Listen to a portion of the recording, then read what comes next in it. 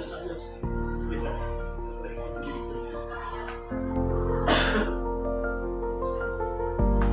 datang kembali di Hasdimanto Channel. Kali ini adalah saat yang bagus buat berbagi inspirasi, terutama bagi satuan pendidikan di mana saja berada. Dan apa yang akan dilakukan saat ini? Kita akan bersama-sama mewawancarai dua kepala satuan pendidikan. Yang pertama adalah Kepala Satuan Pendidikan SMA Negeri 1 Langkerembong, yaitu Bapak Calixtus Kase. Dan yang kedua adalah Kepala SMKN 2 Komodo, yaitu Bapak Felixius Parjono.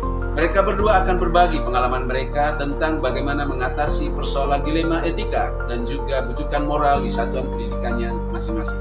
Sekali lagi, jangan lewatkan wawancara kami yang sungguh inspiratif ini. Semoga bermanfaat. Selamat pagi, Pak. Pagi. Bagaimana kabarnya? Baik. Terima kasih sudah meluangkan waktu untuk diwawancara. Baik, tanpa berlama-lama, saya mulai dengan bagaimana Bapak mengidentifikasi kasus-kasus yang merupakan dilema etika atau juga bujukan moral di satuan pendidikan ini. Mungkin kita klasifikasikan atas dua. Yang pertama ini, kalau dilema etika itu sendiri sebenarnya menyangkut dua hal yang sama-sama baik dan dia saling bertentangan, guru dengan lembaga pada umumnya dan juga siswa dengan guru atau hal lain, dan siswa juga bisa juga dengan kepala sekolah, juga orang tua dengan guru atau orang tua dengan sekolah, siswa dengan sekolah itu sendiri. Sedangkan kalau wujukan moral, kalau kata wujukan itu identik dengan godaan, jadi sangat konotatifnya ini, sangat konotatif, dia mengarah pada hal yang kurang baik, itu bisa sasarannya itu pribadi atau kelompok. Jadi yang namanya wujukan moral itu yang mengarah kepada kepentingan pribadi atau kepentingan kelompok yang masih dapat mungkin untuk dihindari. Menarik sekali. Jadi Bapak sudah bisa membedakan keduanya dengan jelas antara dilema etika dan juga bujukan moral, terutama saat ada godaan keuntungan pribadi dalam bujukan moral. Lalu saya melanjut ke pertanyaan berikut. Bagaimana Bapak menjalankan pengambilan keputusan di sekolah, terutama pada kasus di mana ada dua kepentingan yang sama-sama benar? Kalau terhadap dua hal yang sama-sama benar, dan kita memang dihadapkan pada situasi sulit untuk bisa mengambil keputusan, apakah memang secara substansi masalahnya itu kita bisa menyelesaikan sendiri atau melibatkan pihak lain, guru secara umum maupun, sehingga mungkin yang dikedepankan di sini adalah musyawarah untuk mencapai mufakat. Itu tidak membutuhkan pandangan dari pihak di luar saya atau juga melibatkan kita semua dalam hal ini GTK, tapi dalam tataran khusus memang untuk tidak melebar, biasanya saya hanya sebatas menggunakan unsur pimpinan. Bagus sekali ya. Jadi Bapak memfokuskan keputusan pada musyawarah dan memprioritaskan peserta didik. Memang pendekatan ini pasti membawa keseimbangan dalam mengambil keputusan yang tepat. Selanjutnya, apa langkah-langkah atau prosedur yang Bapak lakukan dalam pengambilan keputusan? Langkah-langkah ini kan tentunya yang namanya yang berbeda tadi, yang sama-sama benar, dilema etika tadi. Kalau bujukan moral yang kita sebenarnya tidak perlu membahasnya.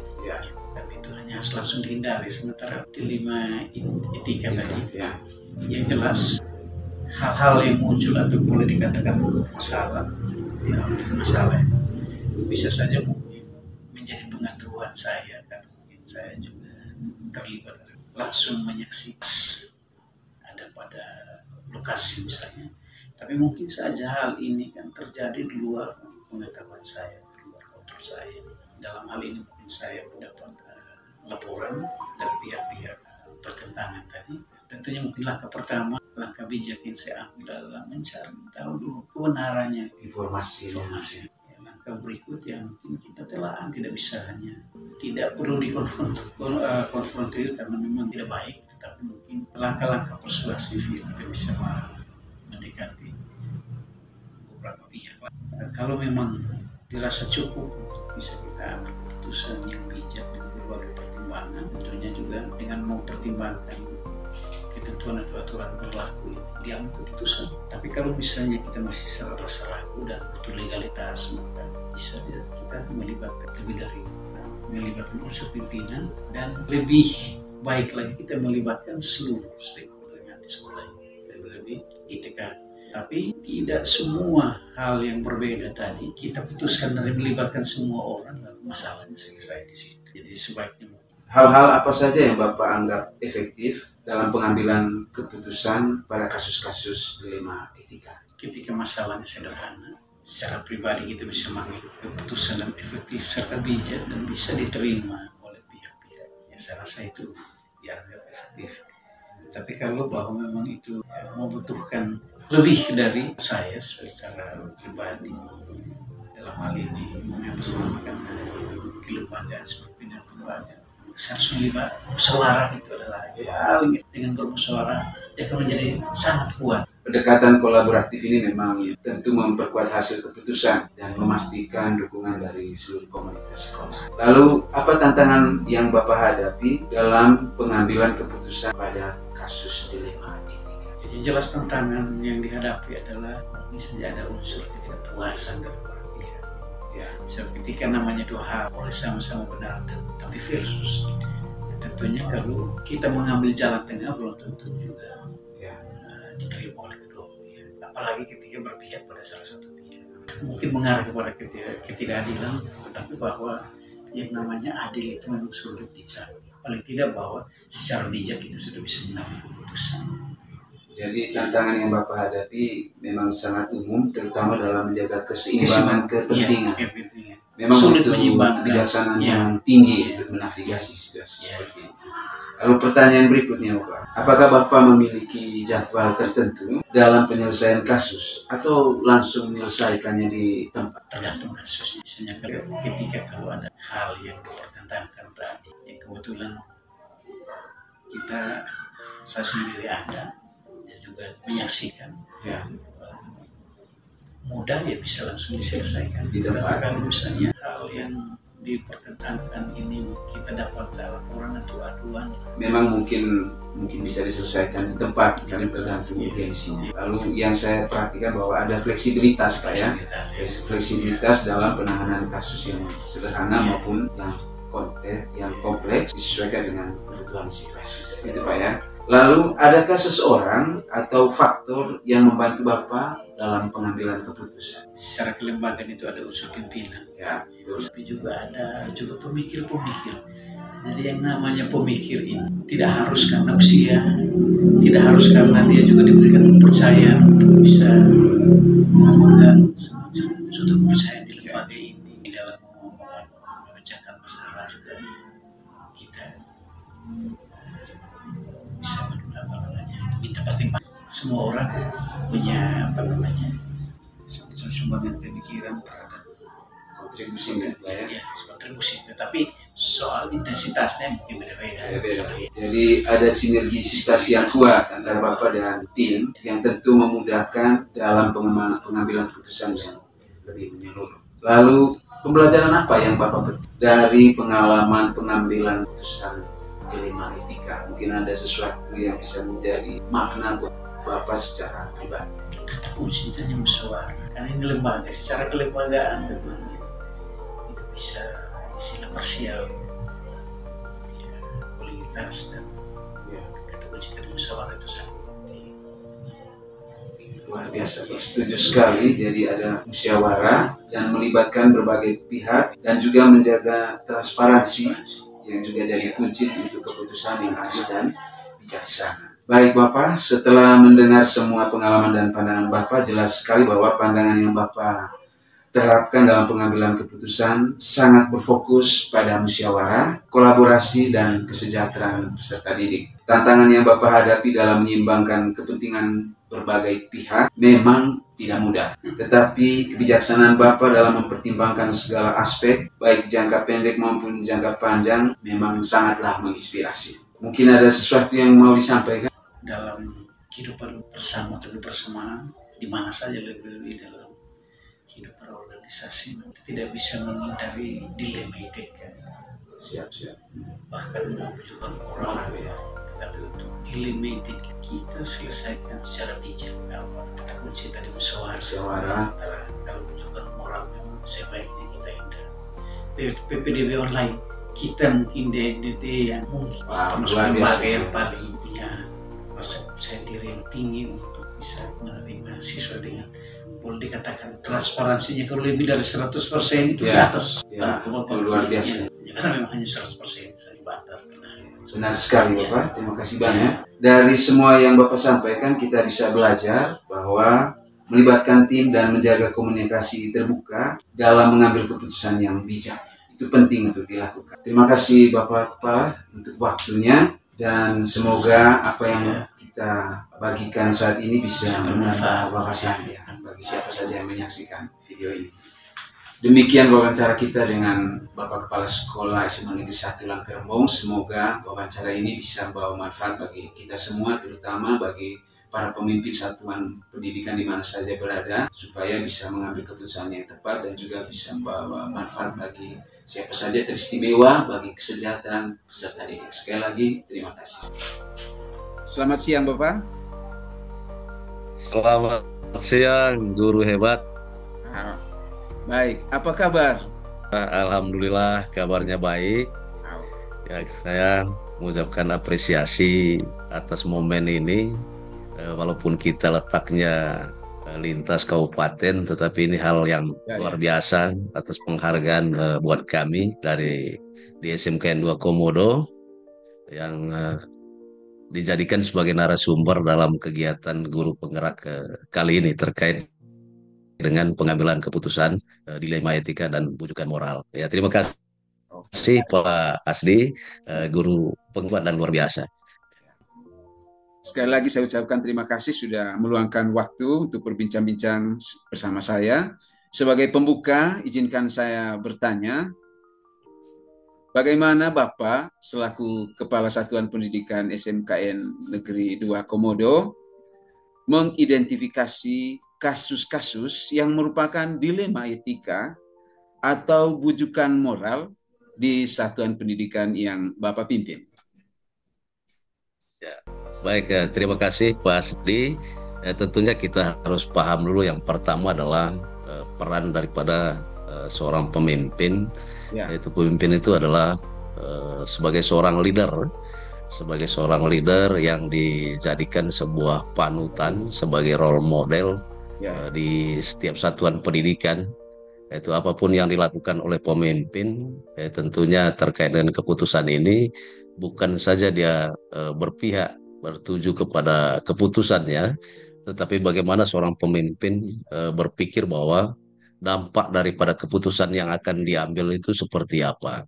Jadi terkait dengan dilema etika dan bujukan moral ini memang ini hal yang gampang susah terlalu gampang untuk diucapkan, tetapi dalam implementasinya, pelaksanaannya itu yang sangat berat untuk kita laksanakan. Terkait ini dengan ini memang pengalaman saya kurang lebih sejak tahun 2022 di bulan Januari diberi tugas tambahan sebagai seorang kepala sekolah di SMK Negeri 2 Komodo ini.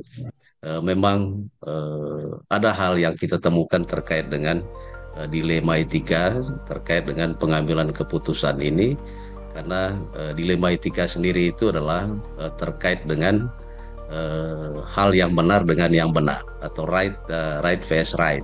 Ya, sedangkan yang bujukan moral itu adalah antara right dan wrong. Itu yang kita harus paham bersama. Kemudian terkait dengan dilema etika ini memang dalam pengambilan keputusan semenjak saya ditugaskan sebagai seorang kepala sekolah di SMK Negeri 2 Komodo ini, itu baik terhadap keputusan berkaitan dengan guru dan tenaga pendidikan, dan juga keputusan yang berkaitan dengan kebutuhan daripada peserta didik itu sendiri. Karena bagaimanapun adalah sesuai dengan pernyataan Ki Hajar Dewantara, kita punya peran untuk menuntun kodrat daripada peserta didik itu sendiri untuk menuju kepada keselamatan dan kebahagiaan yang setinggi-tingginya, baik sebagai makhluk sosial maupun sebagai makhluk pribadi daripada anak itu sendiri. Jadi yang kita jumpai terutama terkait dengan peserta didik.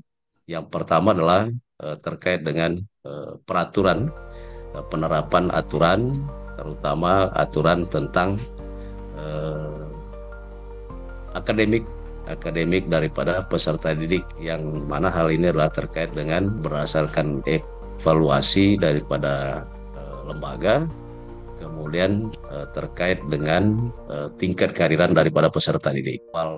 Saya menjabat sebagai kepala sekolah adalah yang kita jumpai terkait dengan anak-anak yang bermasalah, anak-anak kelas 12 yang bermasalah, di mana pada saat itu mereka ketika pulang dari praktek kerja lapangan itu memang tingkat perilaku daripada peserta didik itu sudah banyak yang berubah, sehingga atas dasar itu teman-teman baik panitia maupun wali kelas dan ketua programnya itu membahas terkait dengan masalah ini, masalah daripada anak-anak kelas 12 ini. Ya. Itu memang pada saat itu kita mengumpulkan tim manajemen kita di sekolah, yaitu Wakasek, ketua program, kemudian ditambah dengan Ya. wali kelas dan guru BK. Itu yang kasih terkait dengan kasusnya seperti apa, kemudian kita bahas bersama. Kita bahas bersama, kemudian kita lihat regulasi, kemudian lihat aturannya seperti apa, baru kita putuskan. Memang sangat berat, memang sangat berat. Anak ini tinggal menunggu waktu untuk mengikuti berbagai proses kegiatan asesmen atau ujian, yang pada harinya apakah dia lulus atau tidak. Ya. Jadi memang sangat berat. Kita berpikir dengan dilema etika ini, kita berpikir bahwa yang pertama adalah dampaknya, baik dampak terhadap pribadi daripada anak itu, kemudian dampak terhadap masa depan daripada peserta didik itu, kemudian bagaimana respon masyarakat. Oi, luar biasa. Yang kita perhatikan juga adalah terkait dengan respon daripada peserta didik yang pada umumnya yang ada di SMK 2 Komodo. Sehingga atas dasar itu waktu itu kita memutuskan dengan melihat regulasi, kemudian dengan testimoni daripada berbagai Bapak Ibu guru yang terlibat langsung dalam pembinaan pribadi daripada yang bersangkutan, kemudian terhadap lembaga. Nah, terima kasih. Kita kolaborasi. Ya, luar biasa. Jadi ada pelibatan berbagai pihak, artinya bahwa seorang kepala satuan pendidikan bukanlah seorang single fighter. Jadi dia bisa menyelesaikan persoalannya seorang diri. Dia mesti melibatkan berbagai pihak. Lalu pertanyaan yang terakhir, Bapak Kepala Sekolah. Pembelajaran apa yang Bapak petik dari pengambilan keputusan terkait? Ya, mungkin kolaborasi ini masih tambah tadi. Oh iya, boleh, silakan. Ya. Silakan ya, dilanjutkan. mungkin saya tambahkan tadi ini yang kolaborasi. Jadi pengalaman kita koordinasi dengan stakeholder terkait dalam hal ini adalah pengawas pembina, kemudian dengan perwakilan daripada masyarakat. Kalau memang yang membutuhkan keterlibatan dari berbagai pihak, karena harapannya adalah apa yang kita putuskan itu tidak berdampak kepada diri daripada peserta didik, yaitu secara hukum.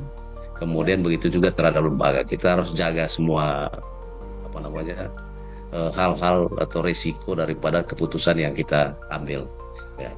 Kemudian terkait pembelajaran apa yang kita dapatkan dari dilema etika dan bujukan moral ini, memang banyak hal yang kita pelajari. Banyak hal yang kita dapatkan, ternyata dalam sebuah pengambilan keputusan, terutama seorang pemimpin, itu dibutuhkan kematangan kompetensi sosial emosional. Sosial emosional itu memang sangat penting, sehingga tidak tergesa-gesa dalam mengambil sebuah keputusan, kemudian kematangan diri dalam menetapkan berbagai keputusan yang ada di lembaga, sehingga pembelajaran dilema etika dan bujukan moral itu luar biasa berdampak kepada diri daripada seorang kepala sekolah, dari seorang pemimpin. Wow, Ya. luar biasa. Istimewa. Iya. Tepat sekali, memang keputusan yang berlandaskan kebajikan mungkin memang berat di awal, tapi pasti berdampak positif bagi semua pihak, terutama dalam jangka yang panjang maupun dalam jangka yang pendek. Baik, dari pembicaraan kita di hari ini, jelas sekali bahwa pengambilan keputusan dalam situasi dilema etika di sekolah memerlukan kehati-hatian dan juga kolaborasi dengan berbagai pihak. Bapak telah membagikan begitu banyak sekali pengalaman yang sangat berharga, terutama mengenai pentingnya keseimbangan antara kepentingan peserta didik dan kepatuhan terhadap peraturan. Terima kasih sekali lagi saya ucapkan kepada Kepala Satuan Pendidikan SMA KN 2 Komodo. Saya setuju ya, bahwa setiap keputusan, terutama yang berkaitan dengan dilema etika, harus berpihak pada nilai-nilai kebajikan.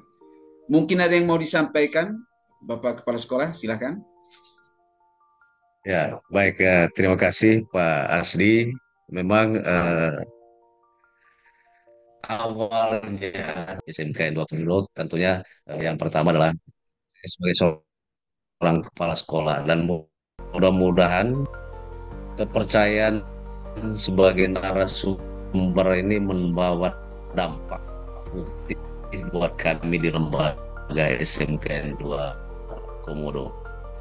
Pesan saya adalah semangat untuk menjadi guru yang hebat, kemudian menjadi orang yang bisa menggerakkan banyak orang, baik di SMA Negeri 1 Langkirembong maupun di sekolah penggerak buat yang lainnya.